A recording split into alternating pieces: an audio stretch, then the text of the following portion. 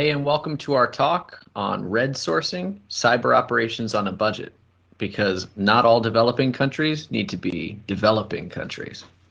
I'm Nick Carr, and I'm Christopher Glyer, and yeah, we're formerly of the podcast series State of the Hack, yeah, we're here to give this talk, and we'll get right into it. We actually gave a lightning talk version of this that was about a 10-minute talk at CyberWarCon, and did some follow-up and have talked about it a bit on the State of the Hack show.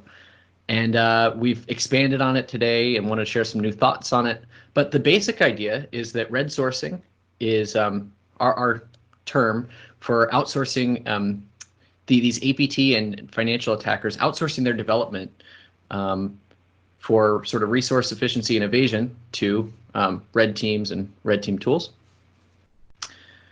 And yeah, let's an important part, I think we have it on the next slide here, is that we developed a lot of this at FireEye, and we got their approval to present for everyone here today. So both Chris and I are now at Microsoft working in cloud security, and yeah, so thanks to the FireEye crew for letting us bring this back.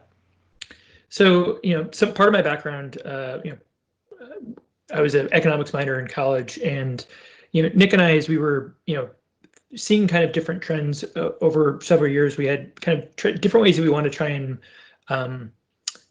highlight it or bring it up. And so we had like a magic quadrant style and like all these different ones that we thought but at the end of the day, what we found was useful in kind of describing what some of the trends we've seen over the last decade was actually a supply curve. And so when you look at like the definition of resource efficiency, it's about how do you minimize wasted resources and expenses.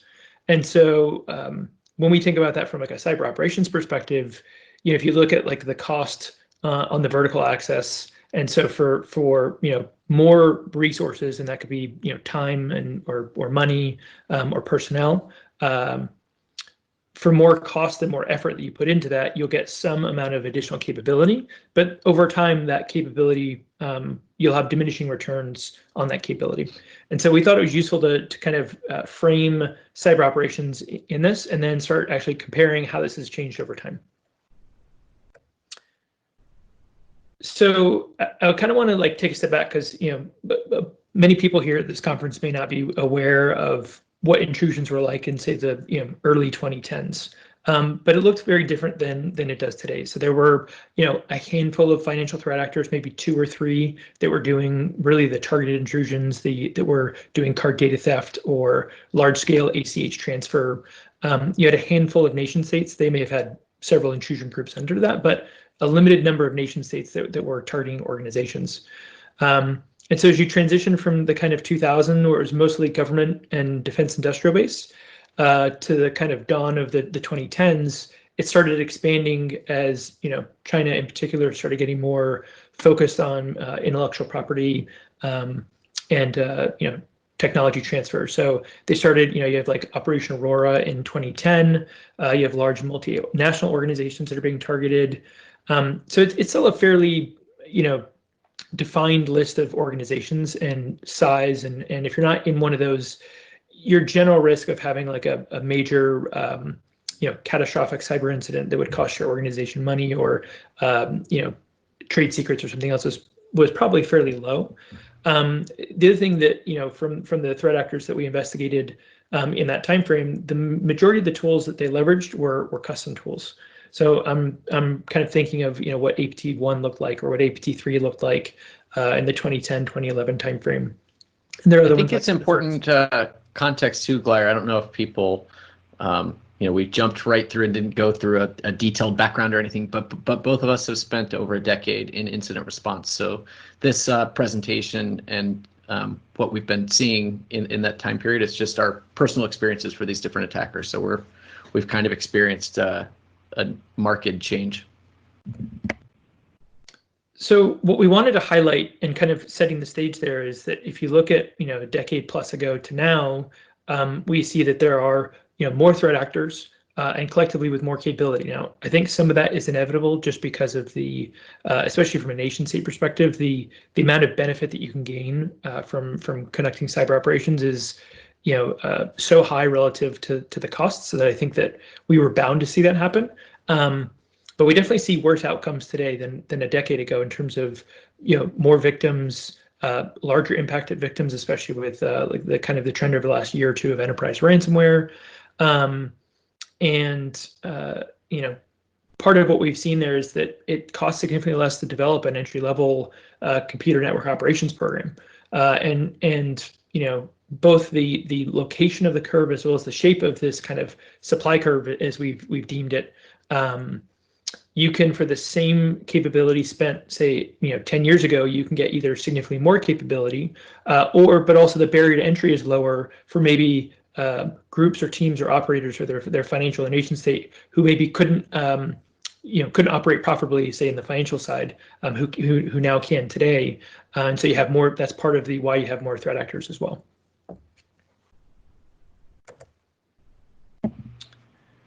So take us back. So many of you may be familiar with kind of the APT1 report. I personally investigated a bunch of the APT1 intrusions, but if you look at they were everywhere at that time. So on this graph, kind of what we've done is we've highlighted in kind of a blue the tooling that was created by there were custom tools. So APT1, they used a couple of different kind of, I would say, criminal underground or hacker underground with backdoors like Poison Ivy and Ghost Rat, and then a tunneling tool called HTRAN. They leveraged primarily RedSourced password dumpers, and the Mimikatz of the world and others like that. But they really spent a lot of time on kind of custom tooling. So a couple that stand out to me, part of where they get their name in the industry is like Comment Crew, was their WebC2 backdoors that instead of using encryption like an SSL cert or key, they would like an encoding scheme like a Caesar cipher or something else. So whenever their command and control backdoor would communicate out, it would then rearrange the order of the comms, and they had a variety of those that they rolled through over the years. It's kind of fun as we're looking back at this too. And for anyone that wants to take a look and learn more about some of these, if you haven't seen it, it still holds up. But the APT1 report actually had a malware appendix that we learned is a little bit hard to find with a lot of technical details for each of these malware families. But it was kind of cool too, because we're big fans of legit services C2. And Glyer, I don't know if there's anyone to highlight there that so they were doing. I think the calendar one was neat. Yeah, so I went through and reread the entire this past week, or kind of went through and read the entire malware appendix, and there were a couple that actually stood out to me. So in kind of the upper right of the quadrant, the Glux mail, macro mail, and calendar were interesting because they were maybe one of the first or earlier groups that were doing using legitimate services for command and control, whether that was one of them was like kind of a Jabber communications protocol backdoor. Another one communicated with the calendar one, communicated with the Google Calendar API for comms. GDoc upload was interesting, so that when they wanted to do data theft, at least at certain organizations, later in as they matured over time, they had like kind of a Google Docs API uploader where they could send large volumes of data to Google Documents.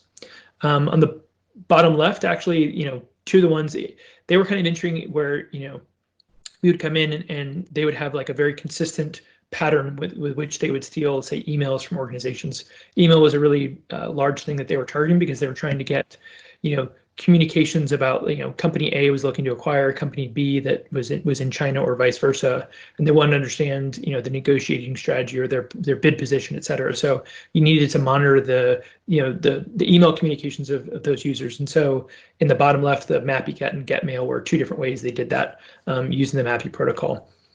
So pretty interesting. And then when you actually there are actually a whole bunch of other backdoors. I mean, just this is obviously their operations over the course of a 7-year period, but they just rolled through tons of a variety of different custom backdoors that they leverage. So those were kind of some of the takeaways that I took from this week from rereading that report. Yeah, and just one of the themes throughout the presentation that we hope you pick up is just what the fingerprint of this attacker looks like, and we'll circle up with some more specifics on attribution in different groups. But this has a certain way that this looks, in addition to all of the adversary cost that has gone into building their capability.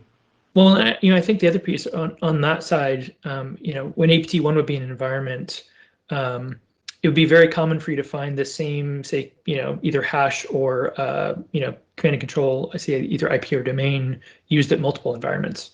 They would deploy, say 30 backdoors in an environment with a variety of different, on a variety of different systems, some servers, some workstations, some different families. And that way, if you caught a particular class of them or found something on an IP address, they could still maintain access to that environment. But their operational security, they weren't getting caught a whole lot, and so they didn't need really extreme or advanced operational security because what they were doing worked.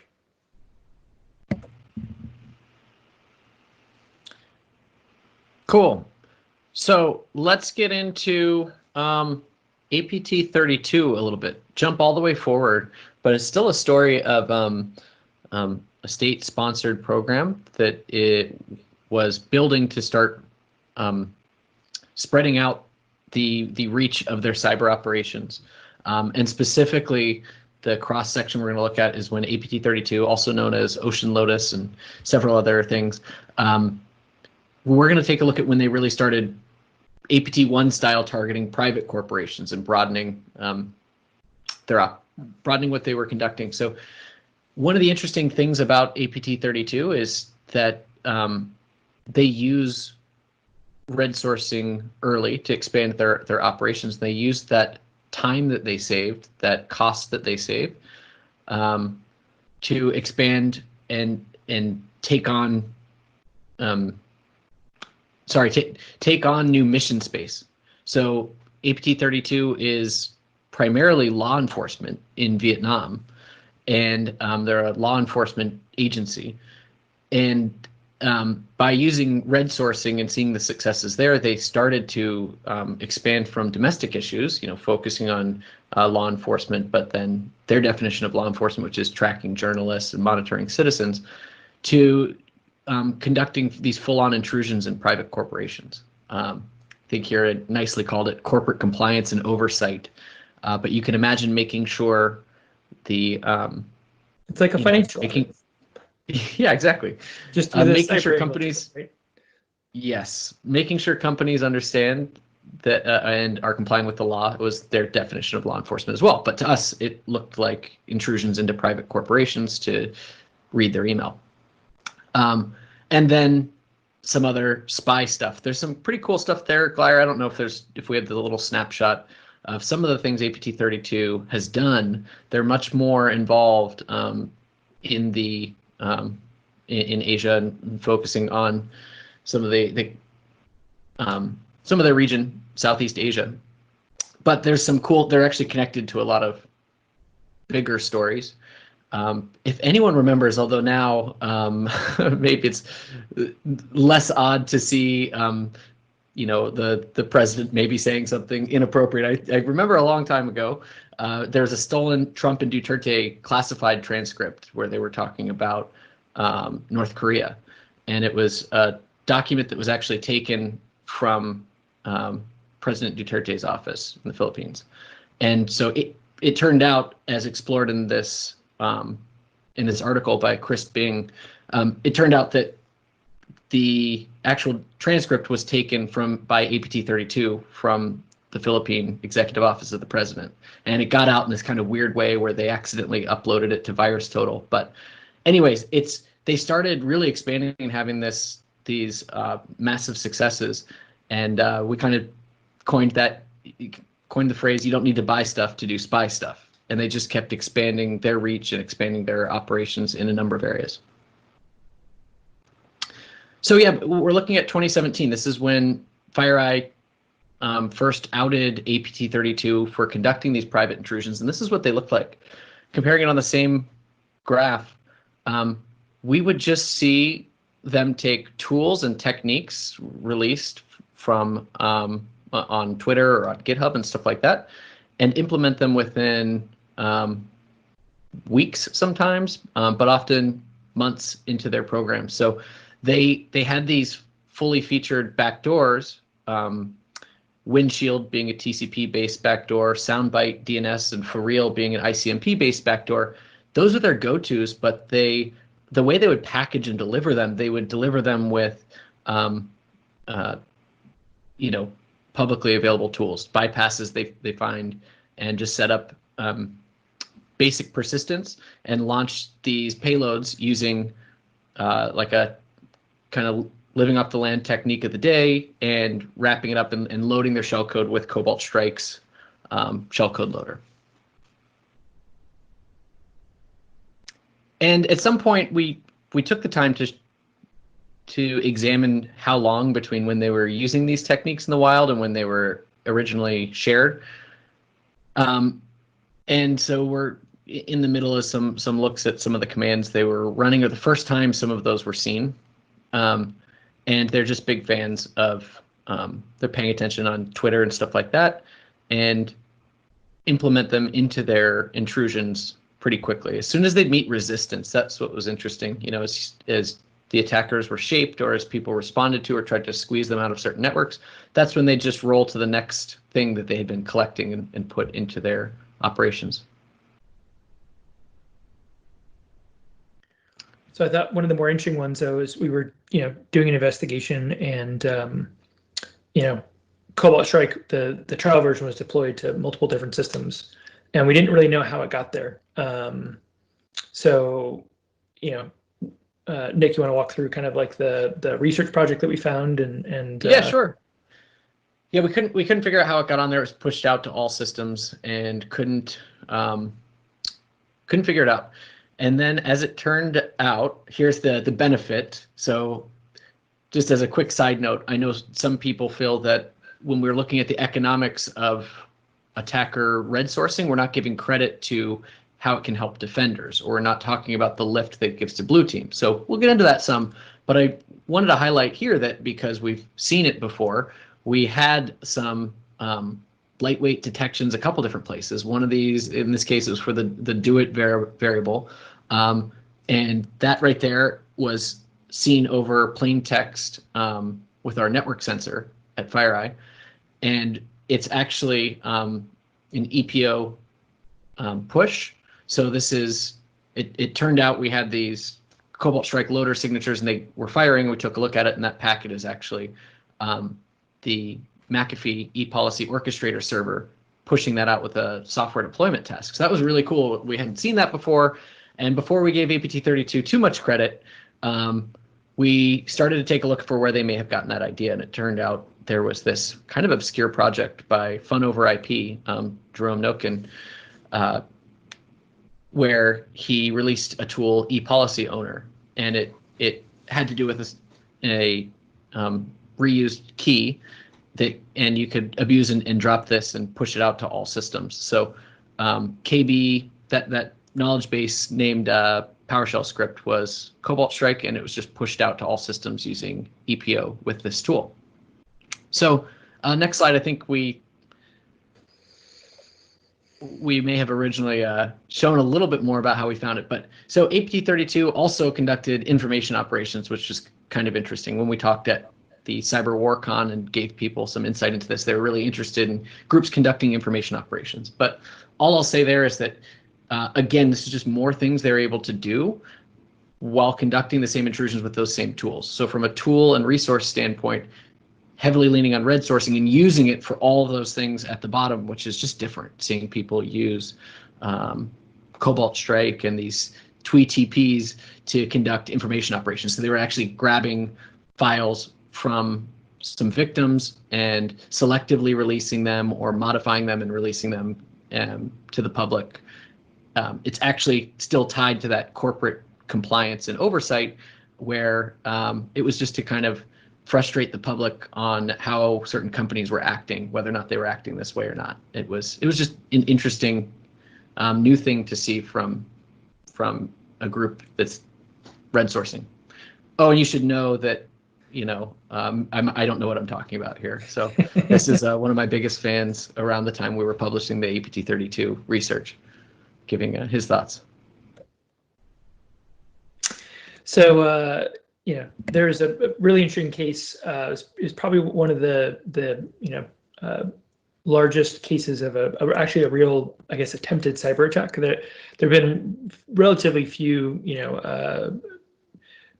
cyber cases where the intent or goal has been destruction in the physical world, and not just like wiping computers, but like actually causing a plant to blow up.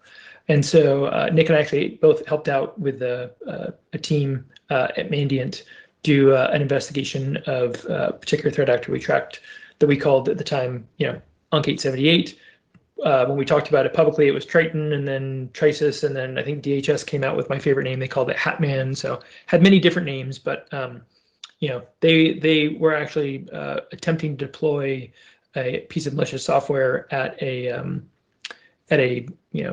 plant that manufactured stuff, and the goal was to kind of upload firmware to the safety instrumented system, which is kind of like a governor on the plant that prevents it from the devices from going too fast. And so it failed at that stage, so they never got to the destructive part. But want to walk through kind of what that campaign looked like. And by the way, if people haven't heard the Triton story, I still need to listen to it. But one of my favorite podcasts by Jack Resetter on Darknet Diaries, he just did an episode on Triton this past week. So if you want to learn more from a storytelling approach, definitely check that out. So this one was interesting in that the actor behind this used kind of a variety of some were public available tools. A lot of what they did was using plink and Bitvise and CryptCat, which are all kind of freely available tools and libraries, and they kind of turned them into a backdoor or a tunneler.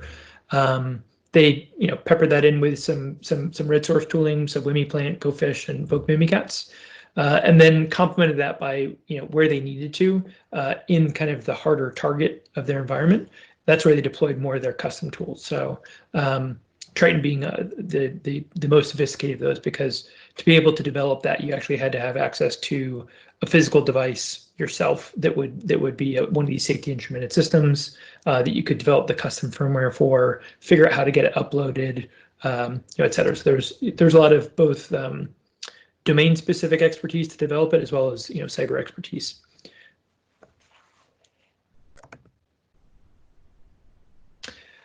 It was interesting when doing the research to kind of pull this together. We were going back, and there was this report that this organization, a cybersecurity company called Cybellum, put out. And I remember when it came out, it was called Operation Double Agent, and they mostly focused on how you could use this particular technique to avoid antivirus. But tucked away in that report, I didn't even remember it. It was actually that tucked away. They actually released kind of a new persistence mechanism on Windows. So some of you may be familiar with a particular persistence technique where you create a registry key called image file execution options, and you set a debugger. So let's say when explorer.exe starts, or when sethc.exe starts, you could have it also then fire up explorer.exe or command.exe. Well, they found that if you actually set what's called a verifier DLL, if you point that to your malicious DLL, you can then get it to launch or load at boot time your backdoor or your DLL. And the interesting thing is, as we then kind of correlated the time frame of when this report was released to when we actually saw the technique used in the wild. Originally, I thought that what we were finding, or on the investigation, was like brand new and never been talked about. And then we started doing some research and realized that this report had come out. It was 6 weeks prior to that they had learned about it, read it, and then incorporated it into their tradecraft. Yeah, it's just worth noting too that at FireEye we went on to share more about who actually conducted the intrusion. So like the Central Scientific Research Institute of Chemistry and Mechanics. See, I had to look at it. CNIHM was the group that built. It was a specific Russian lab that built the tools to conduct the intrusion, and the intrusion that led to the deployment of this really specifically instrumented safety system malware. So it's just interesting to see where they probably spent more of their time, and they probably spent less of their time on developing their own persistence mechanisms or code.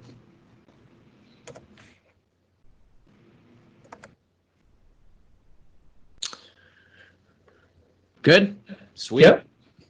So let's talk about a group that really has up-leveled and continues to benefit one of Nick's from favorites. RedSourcing. We have a bunch of favorites, but so let's talk about APT33, but specifically their 2019 campaigns.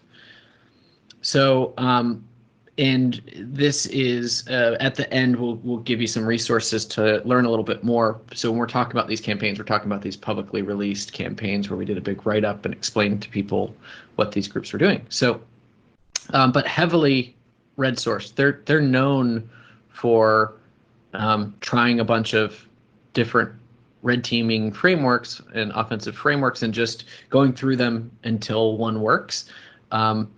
Their victims might be,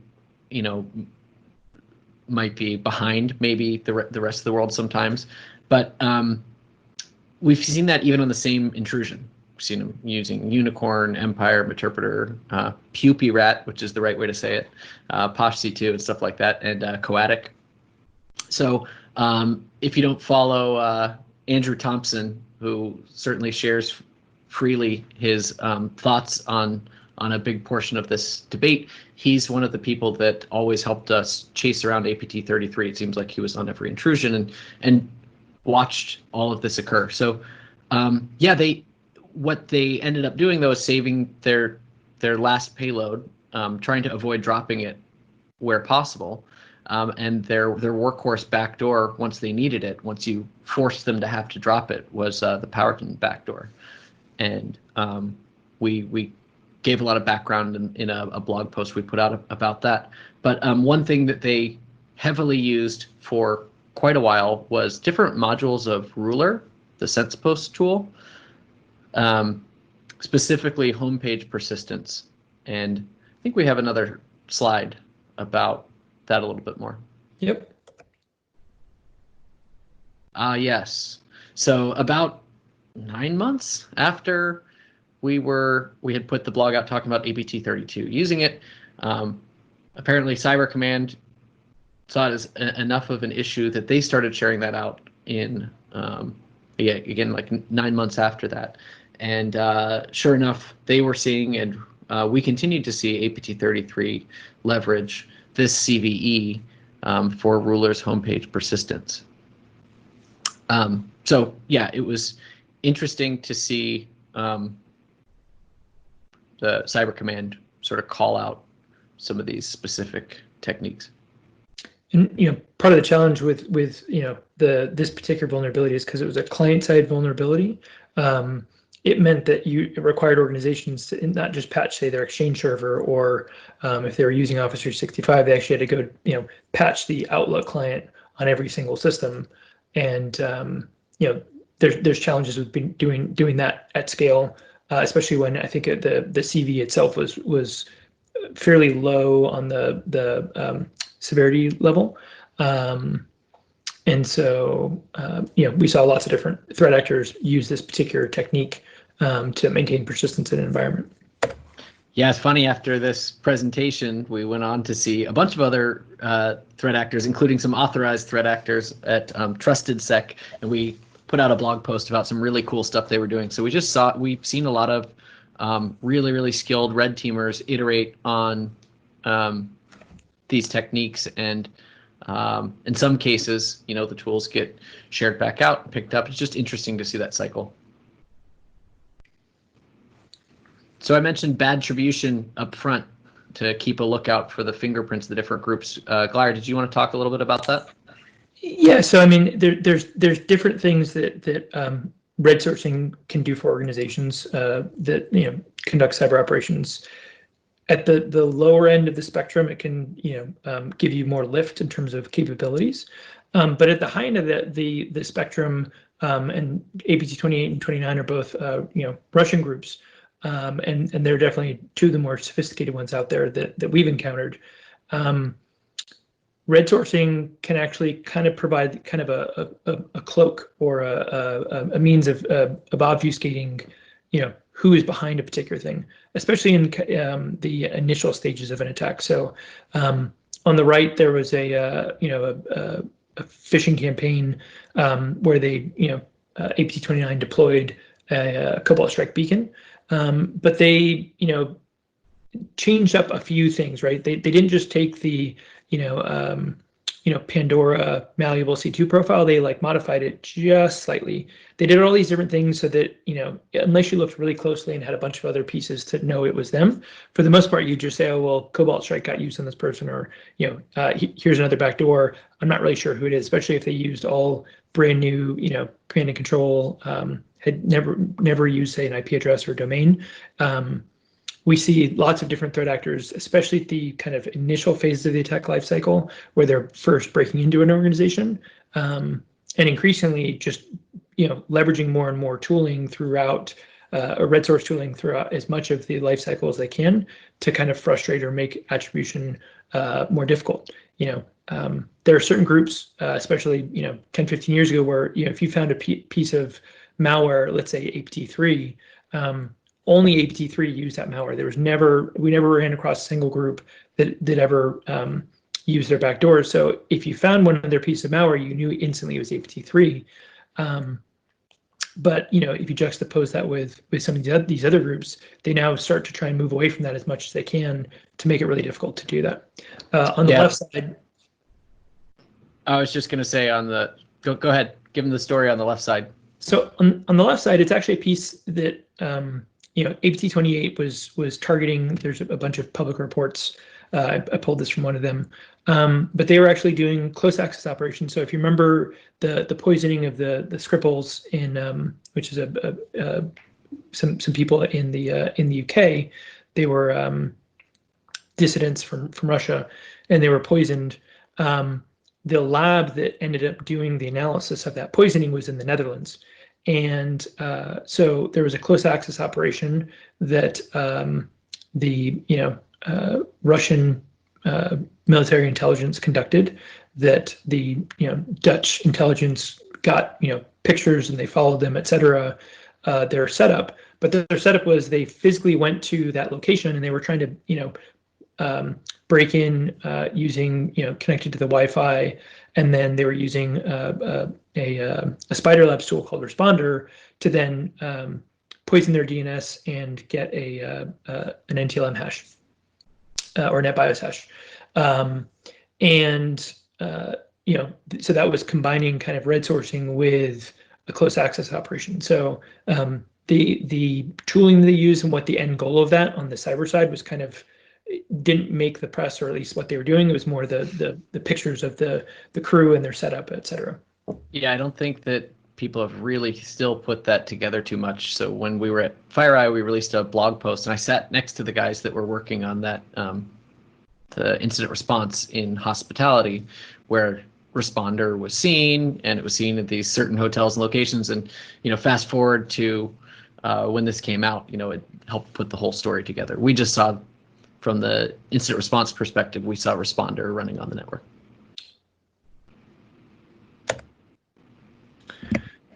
So that takes us to kind of our last, more to the present, right? With our, this is a report that the Australian Cybersecurity Center came out with just a week or two ago, where they talked about a set of campaign against Australian organizations. And so I went through the report. It's actually a really in-depth report about the different types of, it was multiple different campaigns, over time, over say several months. But I went through and I kind of cataloged, all the activity of what happened, and then, highlighted it here for you. So you have a couple different, but they kind of kept driving home this concept throughout the entire report, was that they were using, mostly publicly available tools on GitHub. So they not only did they target the CVs from an exploitation perspective for, I think it was a SharePoint CV, Citrix NetScaler, and Telerik WebUI.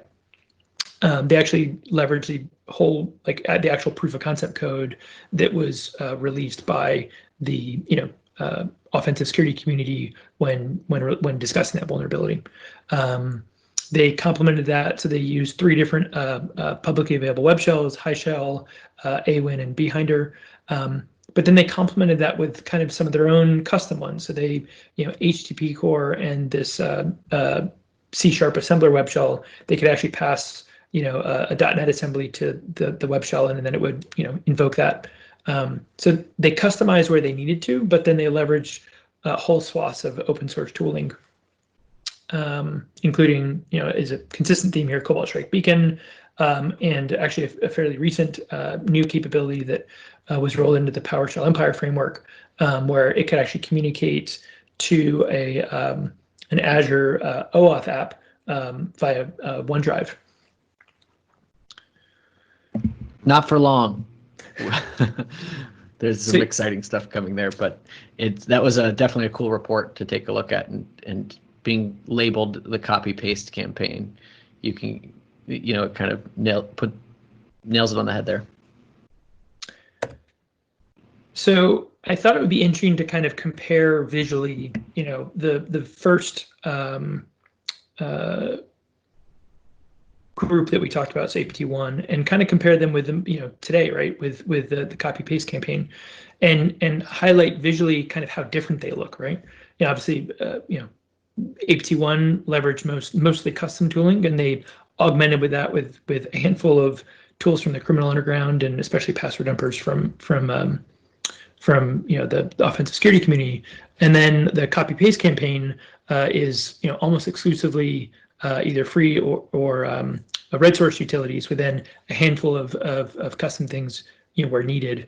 In part, I think because they're operating at the higher end of the spectrum from a capabilities perspective, there were some unique things they did to make it more difficult to catch or detect them. But so they spent their time on evasion and kind of creative techniques to not be detected, and then complemented that with customized tooling. So you can really highlight it, especially the change over, say, a 10-year period, and what that looks like. Yeah, and keep in mind that a big push here was that there's reasons there weren't tools available that pushed adversary capability way back then, right?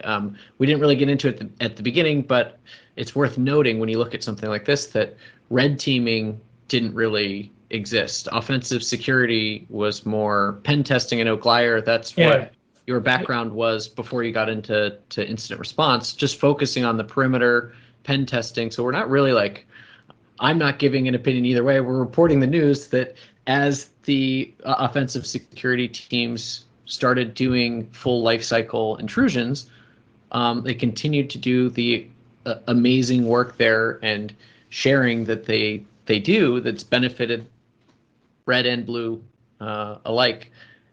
But when they began to work in the later stages of intrusions and release those tools, those have been picked up for various reasons by all these different threat actors. So the intrusions just look so different. And I know we're talking here about targeted intrusions, comparing them or sort of for specific reasons, but definitely don't overlook that the right side is what a lot of ransomware deployment and stuff like that look like. Everything sort of looks the same at the beginning until it doesn't, and that's kind of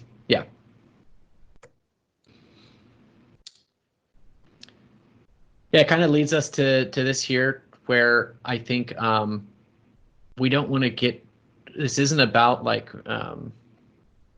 it would be incorrect to summarize and think that the takeaway is that red team research is a problem, or that we are suggesting or taking a stance that brings back takes away from the progress made on talking about the utility of an exploit POC and stuff like that.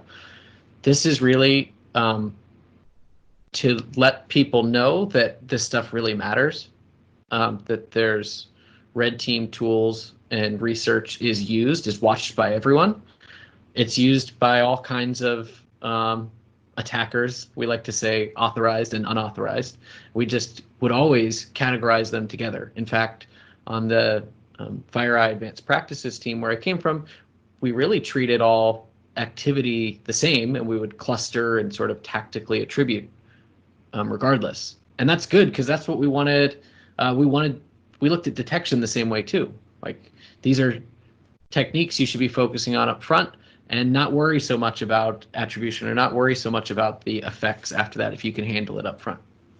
So the key here is just that for that detection and for collecting on people's infrastructure and stuff like that, focus on red source tools and techniques. There's a high threat density. There's a high return on investment. And there's, I think, some recent examples of the offensive security community contributing both on the offensive side, but also coupling that with either detection or other things. So at SensePost, not only did they release the tool Ruler, but then they also came up with defense guidance, a tool called Not Ruler, so you could actually detect it or find it yourself. TrustedSec recently, when they released their proof of concept for the Citrix NetScaler vulnerability, they also had a really, amazingly detailed blog post about what that looks like, the forensics, the kind of the blue team side of it, that really helped a lot of different organizations as they were then dealing with, attacks that were happening against those NetScalers. And make sure that you decouple attackers from their tools, right? Red team techniques are used way more than just by the red team, and as you're doing intelligence attribution, don't just assume that something is a red team because it's using red source tooling, because resource nation states and kind of across the spectrum are also using those. That definitely makes that a lot more difficult. Yeah, and if you want to read more on that one, we mentioned it briefly, the APT29 example of wanting to be underestimated and trying to look like they were using some out of the box, straight off of GitHub, malleable C2 profiles, when in reality they tweaked it just enough and they really thought through each phase of it. And if it sounds like I'm overthinking, you got to check out the blog post, and we have links here. We'll probably drop them in the Discord channel and chat through it. But it's just it's really interesting, I think, to see some of the recent shifts or there's just the changing landscape as people figure out what makes sense or what makes sense for them.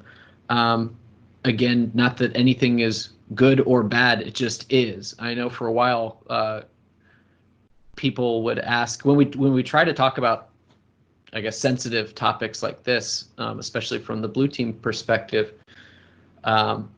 people sort of ask how should it be done? And there's not really a good answer.